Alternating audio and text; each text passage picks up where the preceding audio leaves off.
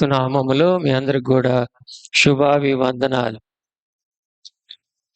ప్రభు బలలో పాల్గొనక ముందు దేవుని వాక్యపు వెలుగులో మన జీవితాలను పరీక్షించుకుందాం.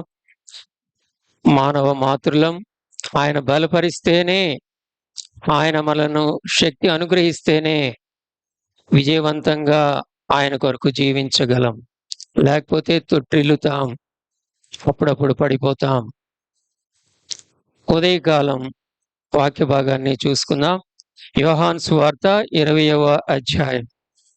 యోహాను సువార్త 20వ అధ్యాయము 24వ వచనం నుండి 31వ వచనం వరకు మార్చి చదువుకుందాం. నూతన నిబంధనలో 101వ పేజీ. నూతన నిబంధనలో బైబిల్లో 101వ పేజీ.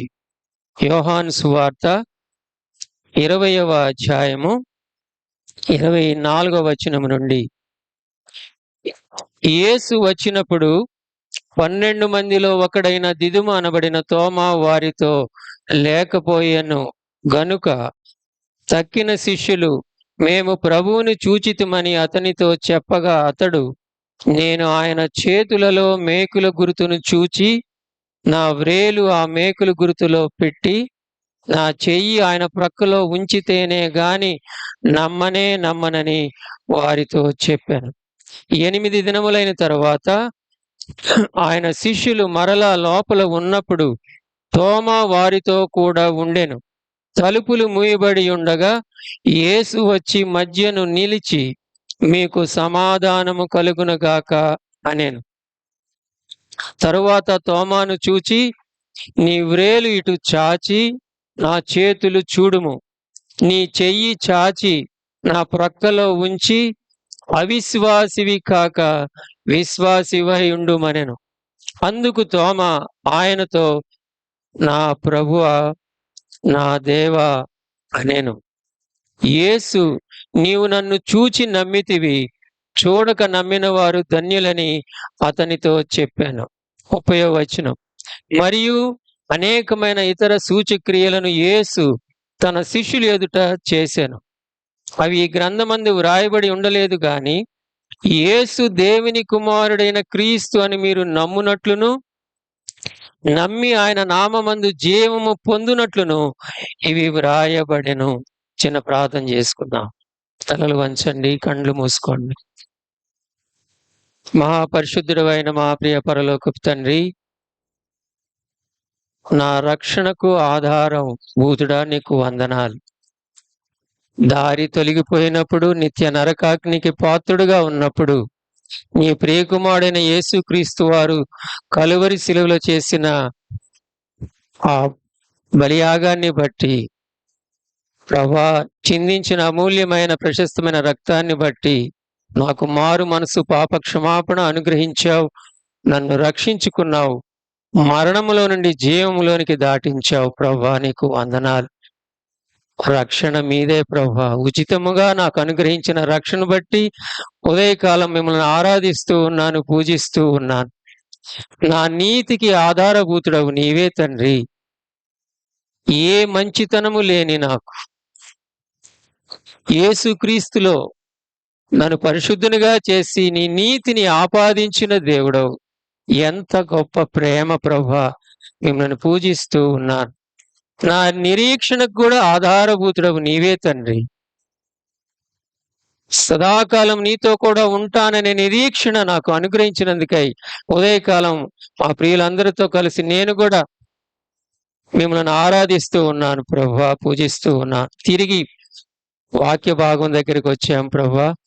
నువ్వు మాట్లాడే దేవుడవు, క్రమపరిచే దేవుడవు, సరిచేసే దేవుడవు, కృప కలిగిన దేవుడవు, మమ్మల్ని విడిచిపెట్టే దేవుడవు కాదు ప్రభా.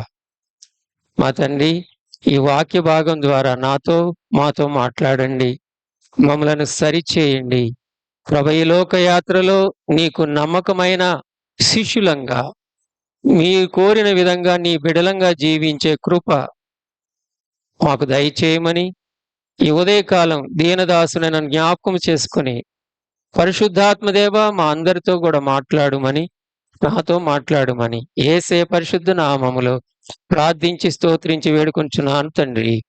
ఆమేన్.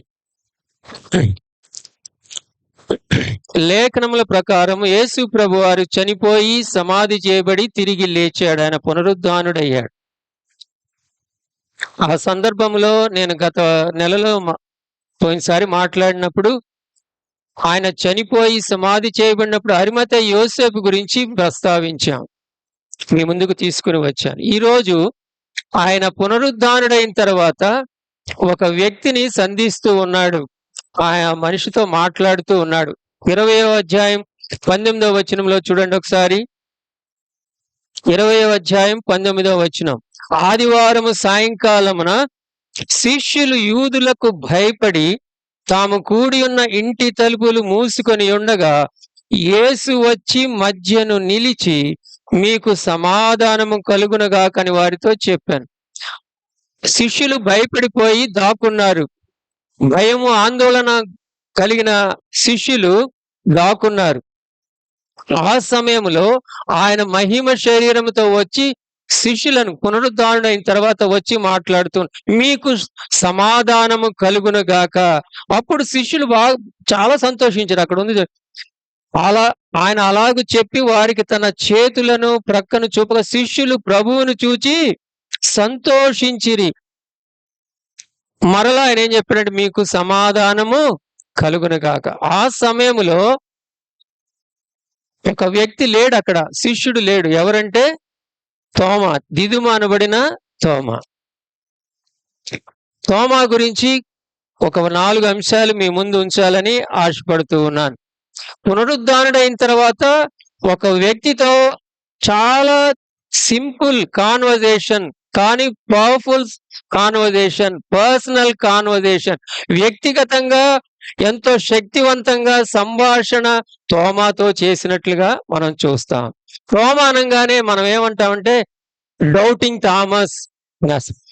సాధారణంగా మన స్వభావం ఏంటంటే ఒక వ్యక్తి యొక్క బలహీనతను చూడంగానే ఏదో ఒక నిక్ నేమ్ పెట్టేస్తాం, లేదా ఏదో ఒకటి సర్కాస్టిక్ గా మాట్లాడటం మనకు అలవాటు అయిపోతుంది. తోమా ఎన్నిసార్లు సందేహపడ్డాడు అండి? ఎన్నిసార్లు సందేహపడ్డాడు? ఒక్కసారి సందేహపడ్డాడు. డౌటింగ్ థామస్ అని ఆయనకి పేరు పెట్టి. పేతురు గారిని ఏమంటాం మనం? దుడుగు పేతురు. ఎందుకంటాం మనం అలాగా? మనిషి 10 సుగుణాలు ఉంటే ఒక 2 సుగుణాలు అతనికి లేవనుకోండి, ఆ 2 సుగుణాల వైపే చూస్తాం మనం.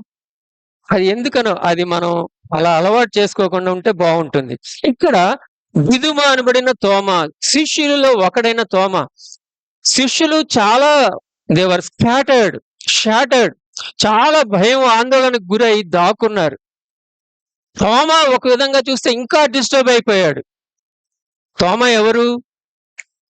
ఆయన 12 మంది శిష్యుల్లో ఇక్కడ తోమా గురించి మనం చూద్దాం. మనము తోమాని డౌటింగ్ థామస్ లేకపోతే అనుమానపు తోమా అంటున్నాం, కానీ మనం ఎన్నిసార్లు సందేహపడ్డాం. భిన్నమైన పరిస్థితులు వచ్చినప్పుడు, దిక్కుతోచని పరిస్థితులు, ఇది అవుతుందో అవదో, పాపకు మ్యారేజ్ అవుతుందో లేదో, ఈ సంవత్సరం అవుతుందా, బాబుకి ఉద్యోగం వస్తుందో రాదో, బిడ్డలకు మన పిల్లలకి ఈ సంవత్సరం మన దేవుడు గుర్తు చేసుకుంటాడా లేదా, అనుమానాలు కదా, మనుషులం కదా, ఒకసారి అనుమాన పడతాం. ఎప్పుడు ఇక్కడ 5 విషయాలు లేక 4 విషయాలు మీతో పంచుకోవాలని ఆశ. మొట్టమొదటిగా తోమాకి ఆయన ప్రభునందు విశ్వాసం ఉంచలేకపోవటానికి కారణం ఏంటి? The problem. ఆయన సందేహించడానికి కారణం ఏంటి? 24వ వచనం, 20వ అధ్యాయం 24వ వచనం. యేసు వచ్చినప్పుడు 12 మందిలో ఒకడైన దిదుమ అనబడిన తోమా వారితో లేకపోయెను గనుక. ఒకవేళ ఉంటే డౌట్ వచ్చేది కాదేమో, అనుమానం వచ్చేది కాదు, కానీ వారితో కూడా లేకపోయెను గనుక. ఈ సందర్భంలో శిష్యులందరితో పాటు తోమా అక్కడ లేడు. తోమాకేమైంది? అనుమానం వచ్చింది. దేవుని బిడ్డలముగా మనం విశ్వాసంలో దృఢంగా ఉండాలి, బలంగా ఉండాలి, స్థిరంగా ఉండాలి. మన విశ్వాసం ఎప్పుడు కూడా రగులుతూ ఉండాలి.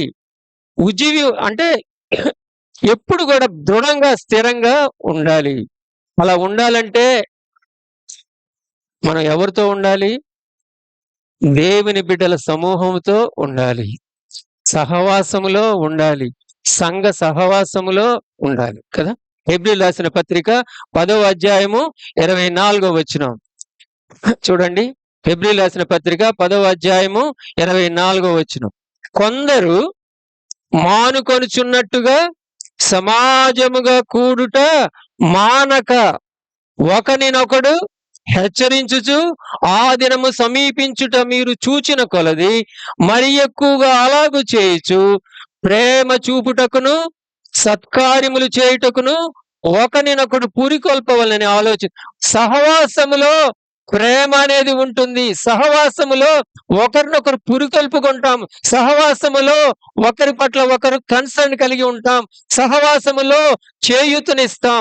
సహవాసములో మోటివేట్ చేస్తాం, ఎంకరేజ్ చేస్తాం. సహవాసములో ఒకరిని చూసి ఒకరు బలపడతాం. ప్రియ సహోదరులారా, సహవాసముగా కూడుట తోమా వారితో లేకపోయెను గనుక. ఒకళ్ళు ఉండి ఉంటే అనుమానానికి తాగుండేది కాదేమో. సంఘ సహవాసము చాలా చాలా ఇంపార్టెంట్. ఈ మధ్య గ్యాస్ గురించి మనకు ప్రాబ్లం వస్తా ఉంది. కొంతమంది, అందరు తీయలేదులేండి, కట్టెలు పొయ్యి తీసి కట్టెలు పెట్టి వంట చేస్తా ఉన్నారు. మనం బిర్యానీ చేసేటప్పుడు జనరల్ గా కట్టెలు పొయ్యి వాడతాం, బొగ్గులు వేయాలి కాబట్టి. ఆ కట్టెలు మనం మండించినప్పుడు కట్టెలన్నీ ఉన్నప్పుడు ఒక 10-12 కట్టెలు బాగా మంట వస్తుంది, బాగా వస్తుంది. ఒక కట్టెని తీసి పక్కన పెట్టామనుకోండి, కొద్దిసేపటికి ఏమవుతుంది, అది మాడి మసైపోతుంది. సహవాసంలో కూడా అంతే. మనము సహవాసంగా ఉన్నప్పుడు బలంగా ఉంటాం. సంఘానికి వచ్చినప్పుడు, సంఘ సహవాసానికి వచ్చినప్పుడు, వాక్యం విన్నప్పుడు, సాక్ష్యాలు వింటున్నప్పుడు, ప్రార్థన కూడికలకు వచ్చినప్పుడు, ఉద్యోగ మీటింగులకు వచ్చినప్పుడు ఎంతో కొంత నేర్చుకుంటాం. ప్రభు మనతో మాట్లాడతాడు, ఎందుకంటే ఆయన మాట్లాడే దేవుడు. తోమా వారితో లేకపోయాను గనుక, when Jesus was present Thomas was absent. Yesu ప్రభు వారు శిష్యుల దగ్గరికి వచ్చాడు, కానీ తోమా అక్కడ లేడు, సహవాసములో లేడు, శిష్యులతో లేడు. ఎక్కడ 2-3 నా నామం పేరట కూడి ఉంటారు, అక్కడ నేను వారి మధ్యన ఉంటానని సెలవిచ్చిన దేవుడు. ఆయన మాట్లాడే దేవుడు, తన్ను తాను ప్రత్యక్షపరుచుకునే దేవుడు. ఆయన ఎలాగ నీకు నాకు ప్రత్యక్షపరుచుకుంటాడో ఇది వేరే విషయం. మనుషులకు రకరకాల, అది ఆయన ఇష్టం. అయితే ఆయన ప్రత్యక్షపరుచుకున్నప్పుడు మనం రిసీవ్ చేసుకుంటాం, ఎక్స్పీరియన్స్ చేస్తాం, పొందుకుంటాం, విశ్వాసములో బలపడతాం. మొదటి కారణం ఏంటంటే తోమా వారితో లేడు, సహవాసానికి ఒక విధంగా దూరంగా ఉన్నాడు, బలహీనుడైపోయాడు, విశ్వాసములో అనుమానం వచ్చింది. రెండో కారణం 25వ వచనం చూడండి. గనుక తక్కిన శిష్యులు మేము ప్రభువుని చూచితమని అతనితో చెప్పగా, ఏమన్నాడండి ఆయన? శిష్యులు ఇచ్చిన సాక్ష్యాన్ని కూడా ఏమన్నాడు అక్కడ ఆయన? నేను నేను ఆయన చేతుల మేకుల గుర్తును చూచి నా వ్రేలు ఆ మేకుల గుర్తులో పెట్టి నా చెయ్యి ఆయన ప్రక్కలో ఉంచితేనే గాని నమ్మను. నా క్వశ్చనే లేదు. మనిషి బలి దృఢంగా ఉంటాం కదా మనం కొన్ని విషయాల్లో. నేను శిష్యులండి, తమ తోటి శిష్యులు, ఫ్రెండ్స్ ఇచ్చిన సాక్ష్యాన్ని యాక్సెప్ట్ చేయలేదు, ఆయన అంగీకరించలేదు, ఒప్పుకోలేదు. మన విశ్వాసానికి కర్త ఎవరు? మన విశ్వాసానికి కర్త, దాన్ని కొనసాగించే యేసు వైపు చూచుచు మనం ఓపికతో పరిగెత్తాలి కదా. పౌలు భక్తుడు ఏమంటాడంటే, మంచి పోరాటం పోరాడితిని, నా పరుగు కడముట్టించి తిని, నా విశ్వాసమును కాపాడుకుని. తోమా 3.5 సంవత్సరాలు ఆయనతోనే ఉన్నాడు, పక్కనే ఉన్నాడు, పరిచర్యలో ఉన్నాడు, గొప్ప కార్యం జరిగిస్తుంటే చూస్తూ ఉన్నాడు. కానీ ఆ సందర్భంలో, ఆ సమయంలో అక్కడ లేడు గనుక సహవాసానికి దూరంగా ఉన్నాడు, బలహీనంగా ఉన్నాడు, అనుమానం వచ్చేసి. మూడో కారణం చూద్దాం.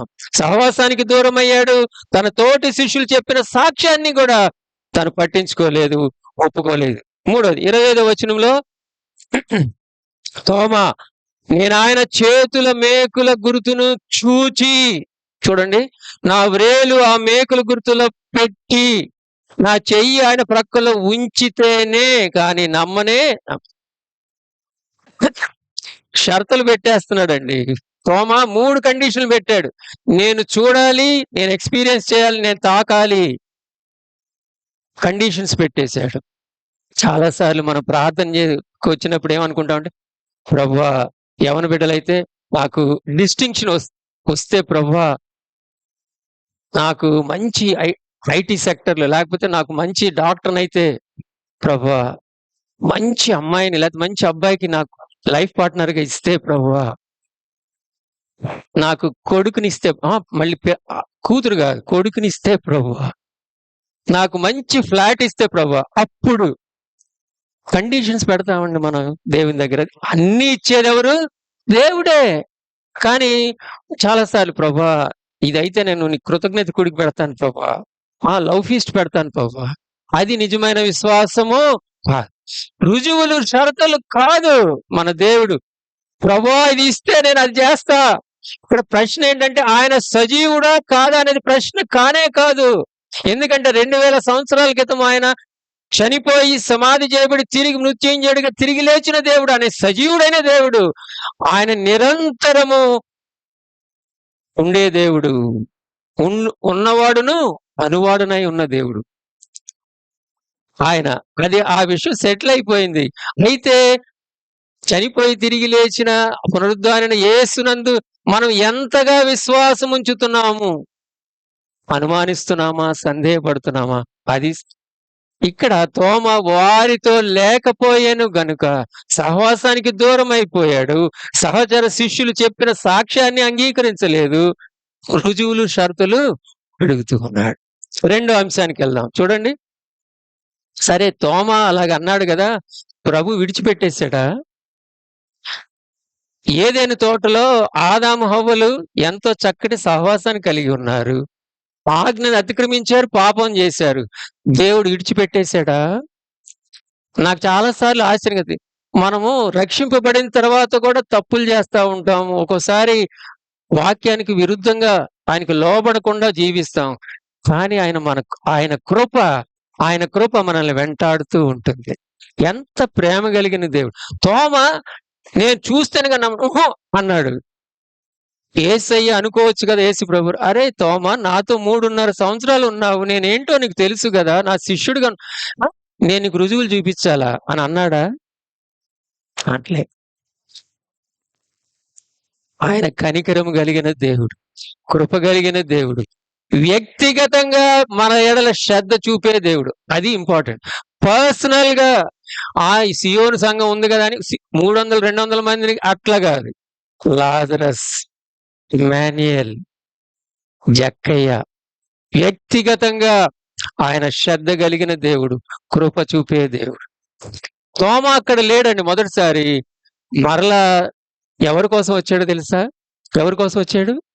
తోమ కోసమే. 8 దినాలైన తర్వాత చూడండి ఒకసారి, 20వ అధ్యాయము 26వ వచనం.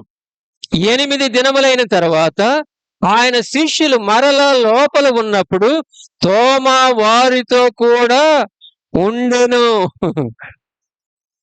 తలుపులు మూయబడి ఉండగా యేసు వచ్చి మధ్యను నిలిచి మీకు సమాధానము కలుగునగాక అనేను.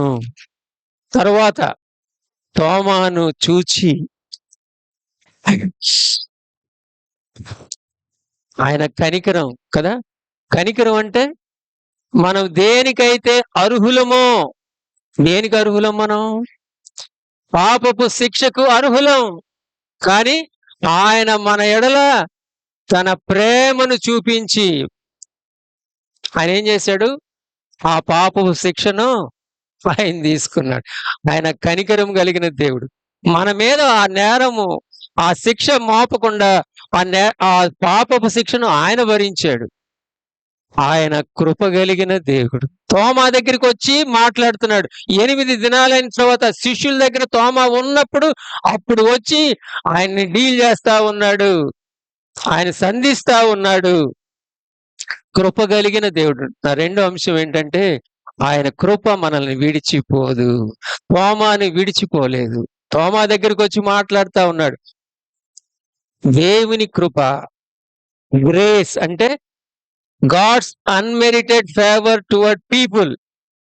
అర్హత లేనప్పుడు, యోగ్యత లేనప్పుడు ఆయన మన ఎడల చూపించే ప్రేమ, క్షమాపణే కృప.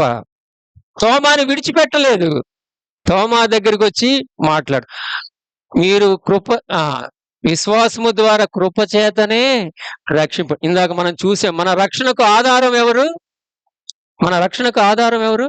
ఆయనే. ఉచితముగా మనల్ని నీతిమంతులుగా చేశాడు ఆయన కదండి. ఆయన నీతిని మనకు ఆపాదించాడు. యేసు ప్రభువులో మనల్ని పరిశుద్ధులుగా ఆయన పిలుస్తా ఉన్నాడు. ఎంత ధన్యం! ఆత్మ సంబంధమైన ఆశీర్వాదాలకు పాత్రులుగా చేశాడు ఆయన. ఆయన కృపను బట్టి ఈ రోజు మనం ఉదయకాలం ఆయన సన్నిధిలో చేరి ఆయన వైపు చూస్తున్నాం. వ్యక్తిగతంగా నీ పట్ల, నా పట్ల శ్రద్ధ కలిగిన దేవుడు.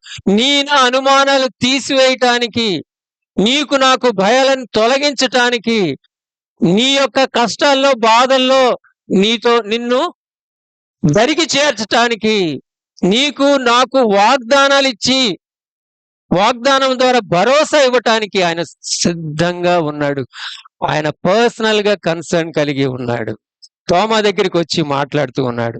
ఆయన మాట్లాడే దేవుడు, సంధించే దేవుడు, కృప కలిగిన దేవుడు. మందిరానికి వచ్చేటప్పుడు ప్రభువా నువ్వు నాతో మాట్లాడతావా అని ఆ గ్రహింపుతో రావాలి. ఈ రోజు నా పరిస్థితి ఇది ప్రభువా. ఒకవేళ ఏ బాధలో ఉన్నావో, ఏ సందిగ్ధావస్థలో ఉన్నావో, దేవుడు మాట్లాడే దేవుడు. దేవుడు నిన్ను ధైర్యపరిచే దేవుడు. ఆ అవగాహనతో రావాలి. తలుపులు మూయబడి ఉండగా యేసు వచ్చి, ఈ మాట నాకు చాలా ఇష్టం. అక్కడ ఆయన నిలచి, దావీదు కుమారుడా నన్ను రక్షింపుము అని అరుస్తా ఉన్నాడు. రోడ్డు పక్కన భిక్షకుడు, ఎవరైనా గుడ్డి భిక్షకుడు భర్తమై కదా. అక్కడంతా అందరూ రోడ్డు మీద వెళ్తుంటే ఎంత గోలగా ఉంటది. కానీ దావీదు కుమారుడా నన్ను కరుణింపు అనగానే యేసు ప్రభు ఏమైపోయారు? ఆయన నిలచి, వెంటనే ఆయన కేక విన్నాడు. పర్సనల్ గా కన్సర్న్ కలిగిన దేవుడు. అందరూ అన్నారు ఊరుకోవయ్యా అని ఆ భర్తిమైన అంటుంటే ఆయనే పిలిచాడు. ఏం చేయాలని కోరుకుంటున్నావు? నాకు దృష్టి, నీ విశ్వాసమే నిన్ను బాగు చేస్తుంది. ఇక్కడ కూడా తలుపులు మూయబడి ఉండగా భయంలో, ఆందోళనలో ఉంటే అక్కడికి వచ్చి యేసు ప్రభు మన దగ్గరికి రాకపోతే మన పరిస్థితి ఏంటండి? ఆయన వచ్చి నిలిచి మాట్లాడుతున్నాడు. ఏమని మాట్లాడుతున్నాడంటే, ఆయన 3 కండిషన్స్ పెట్టాడు తోమా.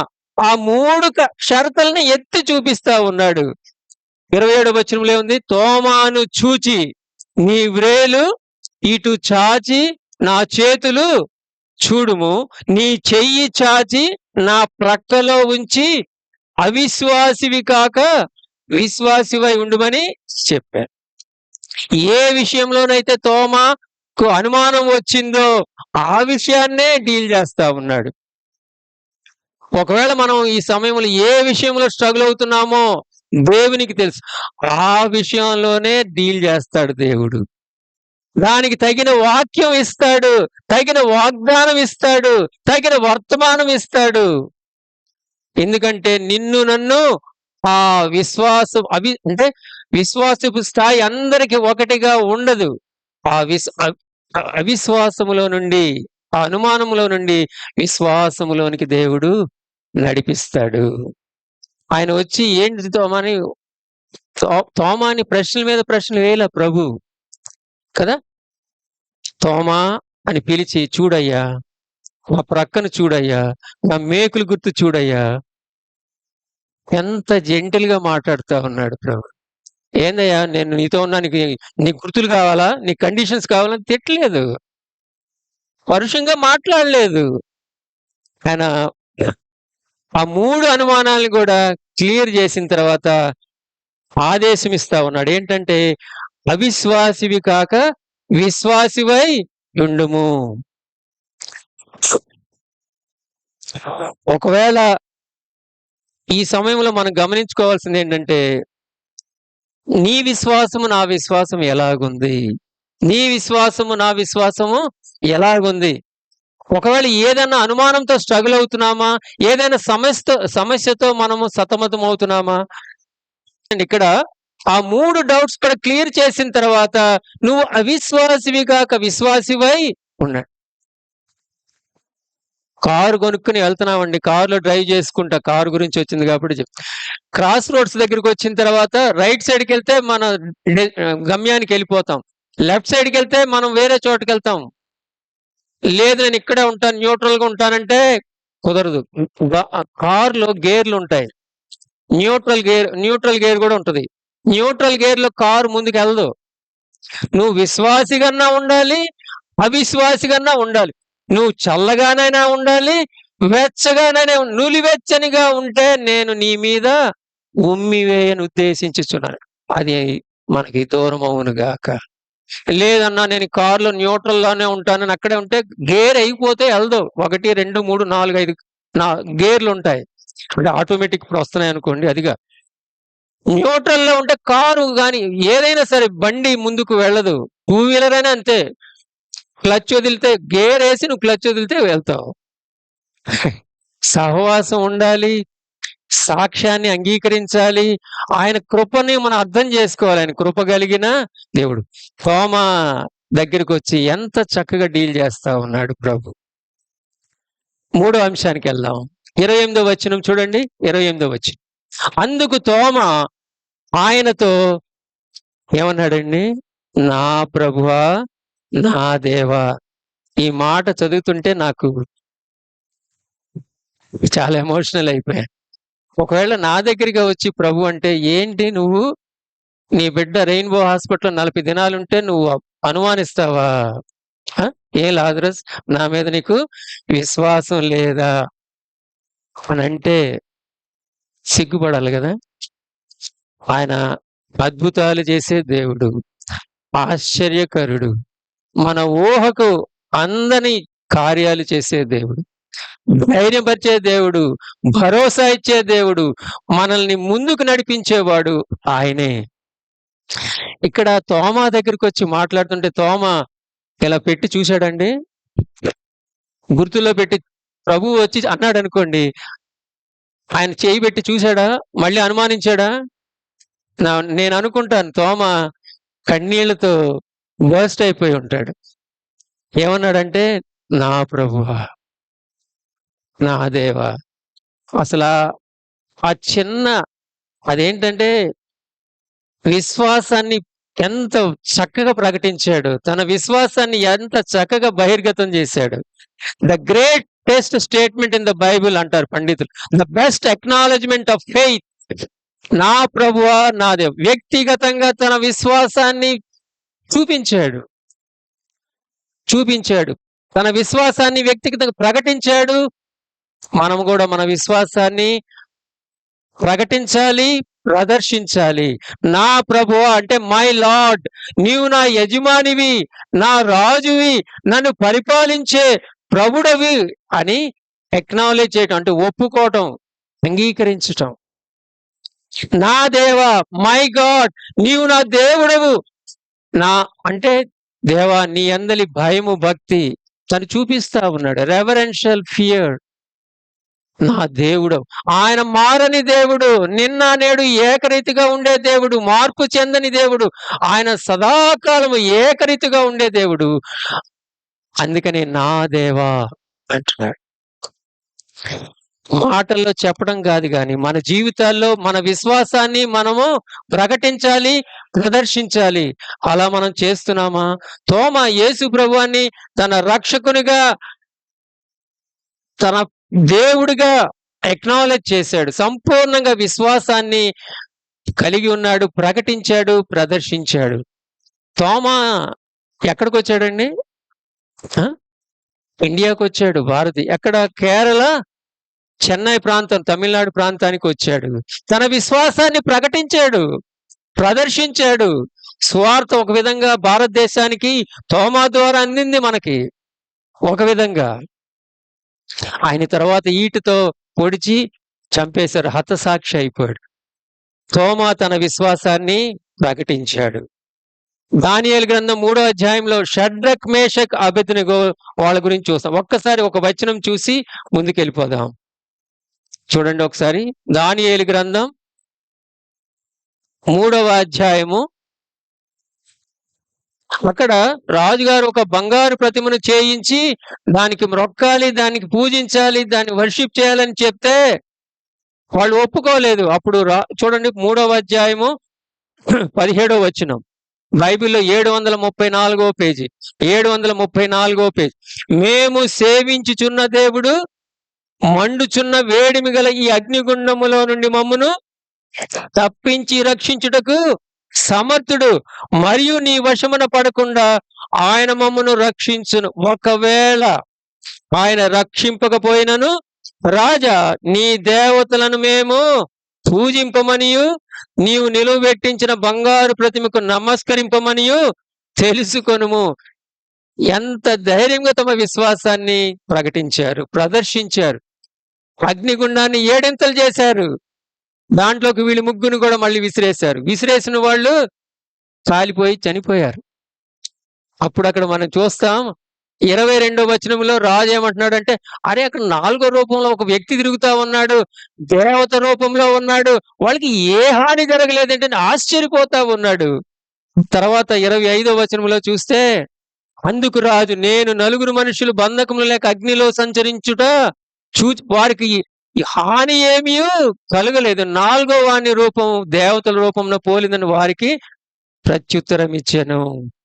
తర్వాత 28వ వచనంలో చూస్తే, నెబుకద్నెజరు షడ్రక్ మేషక్ అబేద్నెగో అను వీరి దేవుడు పూజార్హుడు, ఆయన తన దూతనంపి తనను ఆశ్రయించిన దాసును రక్షించెను. వారు తమ దేవునికి గాక మరి ఏ దేవునికి నమస్కరింపకయు ఏ దేవుని సేవింపకయు ఉందుమని తమ దేహములను అప్పగించి రాజు యొక్క ఆజ్ఞను వ్యర్థపరిచి కాగా, ఇప్పుడు నేను ఒక శాసనము నియమించుచున్నాను. అదేంటంటే, ఈ విధంగా రక్షించుటకు సమర్థుడకు దేవుడు గాక మరి ఏ దేవుడు. ఒకప్పుడేమో ఈ ప్రతిమనే పూజించారు, ఈయనే దేవుడు అన్నాడు. ఆయన జీవం గల దేవుడు కాదు కదా. కళ్ళారా చూసిన తర్వాత ఎప్పుడైతే షడ్రక్ మేషక్ అబేద్నెగో వాళ్ళ విశ్వాసాన్ని ప్రదర్శించారు, ప్రకటించారు, వీరి దేవుడే నిజమైన దేవుడు, వీరి దేవుడే పూజార్హుడు, శాసనం. అక్కడ శాసనం చేసిన తర్వాత ఇంకే ఒక మాట ఏమన్నారంటే, ఎవరైతే ఏ జనములో గాని రాష్ట్రంలో గాని ఏ భాష మాట్లాడే వారిలో గాని షడ్రక్ మేషక్ అబేద్నెగో అని వారి దేవుని ఎవడు దూషించునో వాడు తుత్తునీయులుగా చేయబడును, వాని ఇల్లు ఎప్పుడును పెంట కుప్పగా. కథ మారిపోయింది, కథని మార్చే దేవుడు ఆయన. కాబట్టి తోమాని దేవుడు యేసయ్య విడిచిపెట్టలేదు. తోమా అంటున్నాడు కదా, నా ప్రభువా నా దేవా. 4వ అంశానికి వెళ్దాం. చూడండి 29వ వచనంలో, 29వ వచనం మన వాక్య భాగానికి వద్దాం. 29వ వచనంలో చూస్తే, ఒక్క నిమిషం,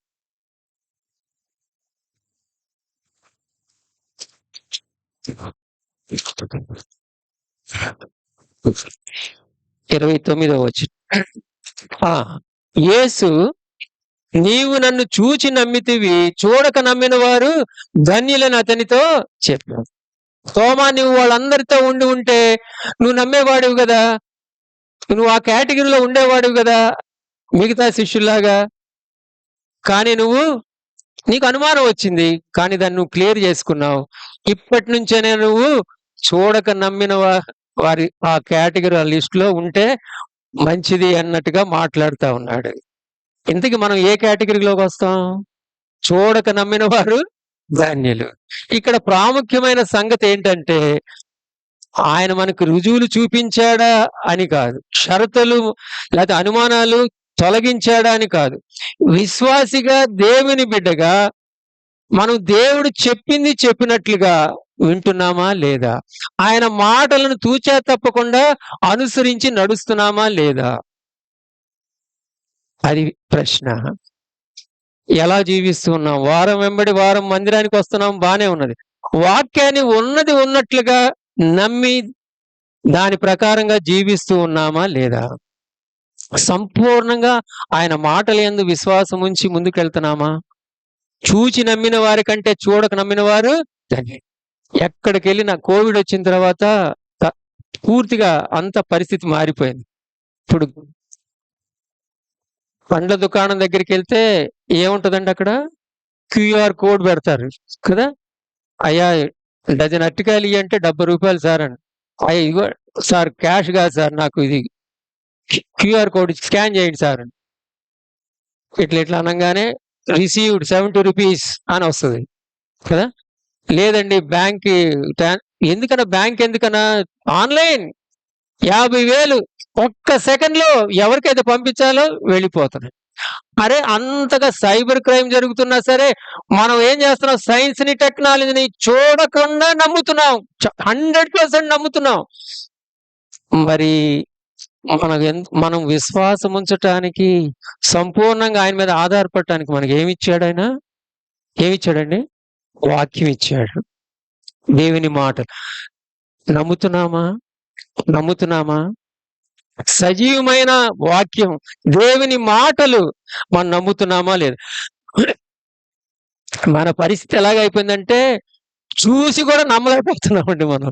కొన్నిసార్లు మన జీవితాల్లో ఎన్ని అద్భుతాలు దేవుడు చేస్తున్నాడు అంటే అద్భుతాలను బట్టే నమ్మాలని కాదు, అద్భుతం జరిగినా జరగకపోయినా యెహోవా ఇచ్చెను, యెహోవా తీసుకుని పోయెను, ఆయన నామమునకే స్తుతి కలుగును గాక. యోబు ఎంత చాలా క్లిష్టతరమైన, చాలా కష్టాలు గుండా వెళ్ళాడు. అయినా గాని నా దేవుడు సజీవుడు, నా దేవుడు సజీవుడనియు విమోచకుడనియు నేను కనులారా చూచానని ఆ ఎక్స్పీరియన్స్ లోనికి యోబు వచ్చాడు. అటువంటి విశ్వాసం, ఆ పరిస్థితి ఎలాగా అంటే రక్షింపబడిన తర్వాత విశ్వాస జీవితంలో ఆయన నమ్మకత్వాన్ని, ఆయన మంచితనాన్ని, ఆయన గొప్పతనాన్ని అన్ని రుచి చూచిన తర్వాత కూడా మనం సందేహపడితే మన విశ్వాస జీవితంలో అంటే మన వాక్యం మీద అంత ఆధారపడటం లేదేమో అనిపిస్తుంది. విశ్వాసి నిజంగా దేవునిలో స్థిరంగా బలంగా ఉన్నాడంటే దాని అర్థం ఏంటంటే దేవుని మాటలు యందు సంపూర్ణంగా నమ్మకం ఉంచాడని, ఆయన వాక్యానుసారంగా జీవిస్తున్నాడని నమ్మకం. ఒకవేళ విశ్వాసంలో బలంగా లేడంటే నువ్వు వాక్యం దగ్గరికి రావటం లేదని అర్థం, వాక్యాన్ని దగ్గరికి అసలు రావటం లేదని అర్థం. దేవుని వాక్యం మనము నమ్మటానికి, విశ్వసించటానికి మన చేతిలో బైబిల్ పెట్టాడు, దేవుని వాక్యం ఇచ్చాడు. దాన్ని ఎంతగా ధ్యానిస్తాం. రాజులు మారిపోవచ్చు, మనుషులు మారిపోవచ్చు, మనుషులు గతించిపోవచ్చు, కానీ దేవుని వాక్యం నిరంతరము నిలిచేది. మత్తయి సువార్త 24:35 ఉంటది. 24:35 ఆకాశమును భూమియు గతించిన గాని నా మాటలు ఏమాత్రమును గతింపవు. God's word remains for ever. ఆయన మాటలు. కీర్తన 119వ కీర్తన 105వ వచనంలో మనందరికీ తెలిసిన వాక్యం, నీ వాక్యము నా పాదములకు దీపము, నా త్రోవలకు వెలుగు. ఈ వాక్యాన్ని మనం ఎంతవరకు లోబడి జీవిస్తున్నాం వాక్యానుసారంగా? 3 మాటలు లేక 4 మాటలు. వాక్యం గురించి చాలా మాటలు ఉన్నాయి, మనం అందరికీ తెలుసు. అయితే నెక్స్ట్ దేవుని వాక్యం ఏం చేస్తుందంటే మనల్ని జీవింపజేస్తుంది, మనల్ని సస్టైన్ చేస్తుంది. దేవుని మత్తయి సువార్త 4:4 ఆహారం వలనే గాక దేవుని నోట నుండి వచ్చు ప్రతి మాట వలన నరుడు మనము జీవిస్తాము. ద్వితీయోపదేశ కాండంలో చూస్తాం, ఇక్కడ చూస్తాం. మనుషుడు రొట్టె వలన మాత్రం కాదు గాని దేవుని నోట నుండి వచ్చి ప్రతి మాట వలన. భౌతికంగా మనకు ఆహారం ఎంత ముఖ్యమో ఆత్మీయంగా మనం ఆయన కొరకు జీవించడానికి వాక్యం అంతా ముఖ్యం. ఆదివారం ముక్కల పొలావు తిని వారం అంతా ఊరుకునే ఉంటే కృషించిపోతాం. ఆదివారం వచ్చి ఒక్కరోజే బైబిల్ తీస్తే కుదరదు. వాక్యాన్ని చదవాలి, వాక్యాన్ని ధ్యానించాలి. ప్రియ సోదర, చాలాసార్లు అనుకుంటాను నేను, వాక్యం చదవకుండా ఎందుకు టైం వేస్ట్ చేసామా అనిపిస్తుంది. చాలా సంవత్సరాలు గడిచిపోయాయి. మీరు చాలా మంది యవనులు ఉన్నారు, యవనస్తులు ఉన్నారు. వాక్యాన్ని పోగొట్టుకోవద్దండి. వాక్యాన్ని పోగొట్టుకోవద్దు. రెండోది, ఈ వాక్యం మనకి త్రోవను చూపిస్తుంది. మన ప్రతి పరిస్థితుల్లో, కలవరాల్లో, దిక్కుతోచని స్థితుల్లో, ఏం చేయాలో అర్థం కాని స్థితిలో ఈ వాక్యం మనల్ని నడిపిస్తుంది. ఏది సత్యమో, ఏది సత్యం కాదో, ఏది మంచిదో, ఏది చెడో, ఏది న్యాయమో, ఏది న్యాయము కాదో, ఏది దేవుని చిత్తమో, ఏది దేవుని చిత్తం కాదో, ఈ వాక్యము మనల్ని నడిపిస్తుంది. మూడోది, యోహాను సువార్త 15వ అధ్యాయం, నేను నిజమైన ద్రాక్షావల్లిని, తీగలు మీరు, నాకు వేరుగా ఉండి మీరేమీ చేయలేరు. అయితే అక్కడ పనికిరాని తీగలను కత్తిరిస్తా ఉన్నాడు. ఎందుకంటే pruning is part of cleansing. ఈ వాక్యము మనల్ని శుద్ధి చేస్తుంది, క్రమపరుస్తుంది. పాపం ఏం చేస్తుందంటే మనల్ని, మన మనసులను పాడు చేస్తుంది. అయితే దేవుని వాక్యం ఏం చేస్తుంది? మన ఆలోచనల్ని, మన చర్యలను పవిత్రీకరిస్తుంది, శుద్ధి చేస్తుంది. వాక్యాన్ని ఎంతగా ధ్యానిస్తే అంతగా మన జీవితాలు మార్పు నొందుతాయి. యేసుక్రీస్తు వారి యొక్క స్వరూపంలోనికి దినదినము మార్చబడుతూ ఉంటాం. వాక్యాన్ని ధ్యానించకపోతే, వాక్యం దగ్గరికి రాకపోతే మన జీవితాలు మారవు, మార్పు నొందవు, ట్రాన్స్ఫర్మేషన్ అనేది జరగదు, రూపాంతరం అనేది జరగదు. యెషయా గ్రంథం 40వ అధ్యాయము, యెషయా గ్రంథం 40వ అధ్యాయం 8వ వచనం చూడండి ఒకసారి. ఈ మాట ఒక్కసారి చూద్దాం. గడ్డి ఎండిపోవును, పువ్వు వాడిపోవును, మన దేవుని వాక్యము, అండర్లైన్ చేసుకోండి, మన దేవుని వాక్యము నిత్యము నిలుచును. నిత్యము నిలిచే వాక్యాన్ని ఎందుకు దూరం చేసుకుంటాం మనం? చూచి నమ్మిన వారి కంటే చూడక నమ్మిన వారు ధన్యులు. యేసయ్య మాట్లాడుతూ ఉండగా, దేవుడు మాట్లాడుతూ ఉండగా మనం ఆయన మాటలు వినాలి కదా. కొంతమంది సెల్ ఫోన్లో మాట్లాడుతూ ఉంటారు. మాట్లాడుతా అవతల వ్యక్తి అక్క బాగున్నావా అక్క అక్క అంటే మాట్లాడుతుంటారు, పక్కన ఇంకోళ్ళు ఎవరితోనో మాట్లాడుతూ ఉంటారు. ఈ ఫోన్ చేసిన వ్యక్తికి ఎలా ఉంటది? ఏంటి అక్క అక్క అక్క ఫోన్ చేసిన వాళ్ళకి ఎలా ఉంటది? ఒక్కొక్కసారి మనం కొన్ని పెళ్ళిళ్ళకి కానీ ఏదైనా అకేషన్కి వెళ్ళినప్పుడు అన్న ప్రైజ్ లార్డ్ అన్నా అని చెప్తాం, మాట్లాడుతూ ఉంటారు. సడన్ గా వేరే వాళ్ళు వస్తే వాళ్ళ వైపు మనం మాట్లాడుతూనే ఉంటాం, మన వైపు చూడరు కొంతమంది. ఎట్లా ఉంటది మనకి? దేవుడు మాట్లాడుతూ ఉన్నప్పుడు మనం ఆయనకి అటెన్షన్ ఇవ్వకపోతే, ఆయన వైపు ఫోకస్ పెట్టకపోతే ఆయన ఎంత హర్ట్ అవుతాడండి? మనమే మనుషులు మాత్రంగా మనకి ఆత్మాభిమానం ఎక్కువ. అన్న మీరు బిజీగా ఉన్నారు కదండి, సరే అని వెళ్ళిపోతాం. దేవునికి మనం అటెన్షన్ పే చేస్తామా? ఆయనకి ఇవ్వాల్సిన గౌరవం ఇస్తామా? ఆయనకి ఇవ్వాల్సిన మర్యాద ఇస్తామా? సర్వాధికారి అయిన దేవుడు, మహోన్నతుడైన దేవుడు నీతో నాతో నివాసం చేస్తున్నాడు, నీలో నాలో ఉన్నాడు. నీతో నాతో మాట్లాడుతున్నప్పుడు శ్రద్ధగా వినాలి కదా. వింటున్నామా? దేవుని వాక్యాన్ని ప్రేమించాలి, దేవుని వాక్యాన్ని ప్రేమించాలి, దేవుని వాక్యాన్ని చదవాలి, అనగా దేవుని వాక్యాన్ని ధ్యానించాలి, దేవుని వాక్యాన్ని నెమరు వేసుకోవాలి, దేవుని వాక్యానికి లోబడాలి. అప్పుడు మన జీవితాలు యేసయ్యని చూపించే జీవితాలుగా ఉంటాయి. చివరిగా ఈ వాక్యం చెప్పి నేను ముగిస్తా. 30వ వచనంలో యోహాను భక్తుడు ఏమంటున్నాడంటే చూడండి ఇక్కడ, మరియు అనేకమైన ఇతర సూచక్రియలను యేసు తన శిష్యుల ఎదుట చేసెను. చాలా చేశాడు యేసు ప్రభువారు చేసిన క్రియలు, అవన్నీ కూడా సూచక్రియలు, అద్భుత కార్యాలు. ఇవి గ్రంథమందు వ్రాయబడి ఉండలేదు, కానీ యేసు దేవుని కుమారుడైన క్రీస్తు అని మీరు నమ్మునట్లును, నమ్మి ఆయన నామమందు జీవము పొందినట్లును ఇవి వ్రాయబడెను.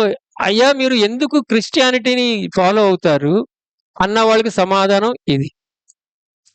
ఎందుకు మీరు సువార్తను ప్రకటిస్తారు?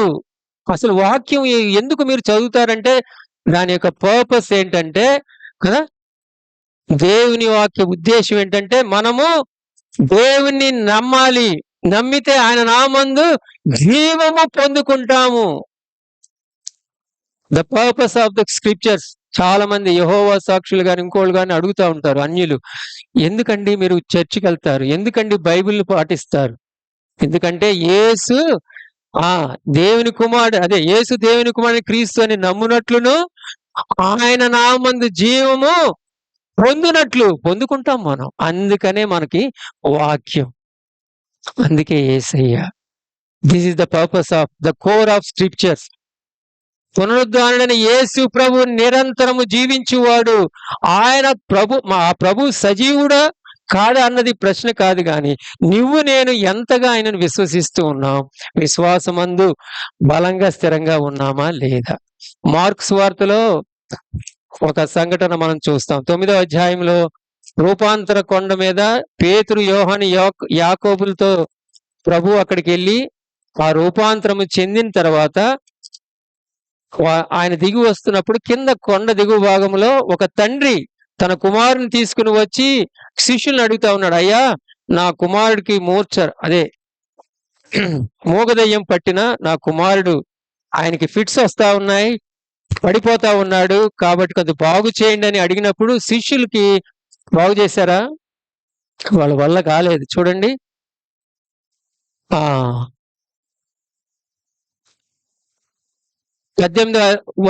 ఇది మార్క్స్ వార్త 9వ అధ్యాయము 18వ వచనం చివరి భాగం. నీ శిష్యులను అడిగి తిని గాని అది వారి చేత కాలేదని ఆయనతో చెప్పాను. అందుకు ఆయన, విశ్వాసము లేని తరము వారులారా, నేను ఎంతకాలం మీతో ఉందును. తర్వాత చూడండి 23వ వచనం. ఏమైనను ఆ తండ్రి మాట్లాడు, నీ వలన అయితే మా మీద కనికరపడి మాకు సహాయము చేయుమని. అందుకు యేసు, నమ్ముట నీ వలననైతే నమ్మువానికి సమస్తమును సాధ్యమని అతనితో చెప్పాను. వెంటనే ఆ చిన్నవాని తండ్రి ఏమంటున్నాడు? నమ్ముచున్నాను, నాకు అపనమ్మకము ఉండకుండా సహాయం చేయమని. మన ప్రార్థన ఎప్పుడు కూడా ఇది అవ్వాలి. ఎందుకంటే పరిస్థితుల వైపు చూస్తే ఒక్కోసారి భయం వేస్తుంది మనకి, మానవ మాతులం కదా. కానీ మన విశ్వాసం ఎంత బలంగా ఎంత గట్టిగా ఉండాలంటే, నమ్ముట నీ వలనైతే నమ్మువానికి సమస్తము సాధ్యం. ఒకవేళ అది ఎస్ అవ్వచ్చు, నో అవ్వచ్చు, కానీ ప్రభువు ఆయన చేతిలో ఉంటే ఆయన ఆ పరిస్థితిని అధిగమించడానికి కృప ఇస్తాడు. అపనమ్మకం ఉండకుండా నాకు సహాయము చేయమని చెప్తా ఉన్నాడు. జిమ్ ఎలియట్ అనే ఆయన అమెరికన్ క్రిస్టియన్ మిషనరీ. మీరు గూగుల్లో కొడితే తెలుస్తుంది. 1953లో అతనికి మ్యారేజ్ అయ్యింది. వీటన్ కాలేజీలో తను చదువుతున్నప్పుడే మిషనరీగా తన దేవునికి సమర్పించుకున్నాడు. సౌత్ ఆఫ్రికాలో ఈక్వెడార్లో అటవీ ప్రాంతంలో వెళ్ళి హువారాని అనే ప్రాంతంలో ఒక గిరిజనులకి సువార్త అందించాలని వెళ్ళాడు. 1953లో మ్యారేజ్ అయింది. 1956లో వెళ్ళాడు. తన సతీమణి పేరు ఎలిజబెత్ ఎలియట్. అక్కడికి వెళ్ళిన తర్వాత నలుగురు తీసుకుని వెళ్ళాడు. అక్కడికి వెళ్ళి దిగిన తర్వాత ఇంకా తన విశ్వాసాన్ని ప్రకటించలేదు, సువార్తను ప్రకటించలేదు. వాళ్ళు వచ్చి ఈటలతో పొడిసి చంపేశారు. నోరు తెరిచి ఇంకా సువార్త చెప్పలా. తన విశ్వాసాన్ని ప్రకటించాడా లేదా? కొంతకాలం అయిన తర్వాత తన భార్య ఎలిజబెత్ ఎలియట్ ఏం చేసిందంటే, ఒక మిషనరీ, ఒక సంస్థ, ఆర్గనైజేషన్ స్థాపించి తను తన కుమార్తె వ్యాలరీ ఇద్దరు కలిసి ఇంకొంతమంది వెళ్ళి సువార్తని అక్కడే ప్రకటించారు. తమ విశ్వాసాన్ని ప్రకటించారు.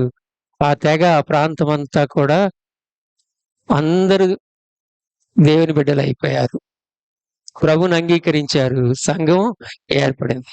మిషనరీలు ఎంతమంది తమ విశ్వాసాన్ని ప్రకటిస్తూ ఉన్నారు, ప్రదర్శిస్తూ ఉన్నారు. శిష్యుల యొక్క జీవితాల్లో చూస్తే అప్పుడు దాకా గదిలో దాక్కున్న వాళ్ళు ఎప్పుడైతే పునరుద్ధానుడైన యేసు ప్రభువారిని బట్టి బలపడ్డారో, పునరుద్ధానుడైన యేసు ప్రభువారి వైపు చూచారో, ఎక్కడ లేని ధైర్యం వచ్చేసింది. మీరు జీవాధిపతిని చంపితిరి గాని మేము ప్రకటించుచున్న ఈ యేసు ప్రభు మా ధైర్యము, మా బలము, మా శక్తి. మేము ఆయనను ప్రకటించకుండా ఉండలేము. అన్న వాటిని విన్న వాటిని మేము ప్రకటించకుండా ఉండలేమన్నారు. వాళ్ళు విశ్వాసాన్ని ప్రకటించారు, ప్రదర్శించారు. లోకాన్ని తలక్రిందులు చేసేవారిగా అయిపోయారు. తలలు వంచండి, ప్రార్థన చేసుకుందాం. మన విశ్వాస జీవితం ఎలాగుంది? తోమా సందేహపడ్డాడు, యథార్థంగా సందేహపడ్డాడు. కానీ ప్రభు కృపను అర్థం చేసుకున్నాడు. ఆయన వ్యక్తిగతంగా నీతో నాతో మాట్లాడే దేవుడు. నీ ఎడల నా ఎడల కృప చూపే దేవుడు. తోమా మొదటగా సహవాసానికి దూరం అయ్యాడు. శిష్యులు చెప్పింది నమ్మలేదు. రుజువులు షరతుల కోసం పెట్టుకున్నాడు. కానీ ఎప్పుడైతే ప్రభు వచ్చి తను తాను బయలుపరుచుకున్నాడో, ప్రత్యక్షపరుచుకున్నాడు, ప్రభు యొక్క కృపని, ప్రేమను అర్థం చేసుకున్నాడు. నా ప్రభువా, నా దేవా అని సంపూర్ణంగా దేవునికి సమర్పించుకున్నాడు. హతసాక్షి అయ్యాడు. తన విశ్వాసాన్ని ప్రకటించాడు, ప్రదర్శించాడు. ప్రియ సహోదరుడా, ప్రియ సహోదరి, జిమ్ ఎలియట్ నోరు తెరచి ఇంకా చెప్పలేదండి యేసయ్యను గురించి. తన విశ్వాసాన్ని ఇంకా చెప్పలేదు. కానీ హతసాక్షి అయిపోయాడు. కానీ తాను హతసాక్షి అయినా గాని తన విశ్వాసం ఎంత గొప్పదంటే అక్కడ సంఘము ఏర్పడింది. ప్రియ సహోదరుడా, పరిస్థితుల వైపు చూస్తున్నామా? కుటుంబంలో ఉన్న బాధల వైపు చూస్తున్నామా? ఆయన వైపు చూద్దాం. ఆయన మనకి శక్తినిచ్చి, బలమునిచ్చి నడిపించేవాడు ఆయనే. మన విశ్వాసానికి కర్త, దాన్ని కొనసాగించే వాడు ఆయనే. ఆయన వైపు చూద్దాం. ప్రేమగల, కృపగల తండ్రి, నమ్మదగిన దేవా, నీకు వందనాలు, స్తోత్రాలు ప్రభువా. తోమాని నువ్వు విడిచిపెట్టలేదు ప్రభువా. దగ్గరికి వచ్చి నిలిచి, తోమా నా గాయాలు చూడు, నీ చేతులు పెట్టి నా పక్కన చూడు. ఎంత కృప చూపిన దేవుడవు ప్రభువా. మమ్మలను విడిచిపెట్టే దేవుడవు కాదు ప్రభువా. వ్యక్తిగతంగా శ్రద్ధ చూపే దేవుడవు ప్రభువా. మా అందరి ఎడల, ఒక్కొక్కరి ఎడల నువ్వు ప్రణాళిక కలిగిన దేవుడవు ప్రభువా. ఒకవేళ పరిస్థితులు మాకు అర్థం కాకపోవచ్చు ప్రభువా, మా పరిస్థితి మాకు అర్థం కాకపోవచ్చు తండ్రి. మాట్లాడే దేవుడవు, సరిచేసే దేవుడవు, పక్కన నిలిచి నీ ప్రేమ ఎంత గొప్పది ప్రభువా. అగాపే ప్రేమ, అత్యున్నతమైన ప్రేమ తండ్రి. అర్థం చేసుకునే కృప నాకు, మాకు దయచేయండి ప్రభువా. ఎవరిని విడిచిపెట్టే దేవుడవు కాదు ప్రభువా.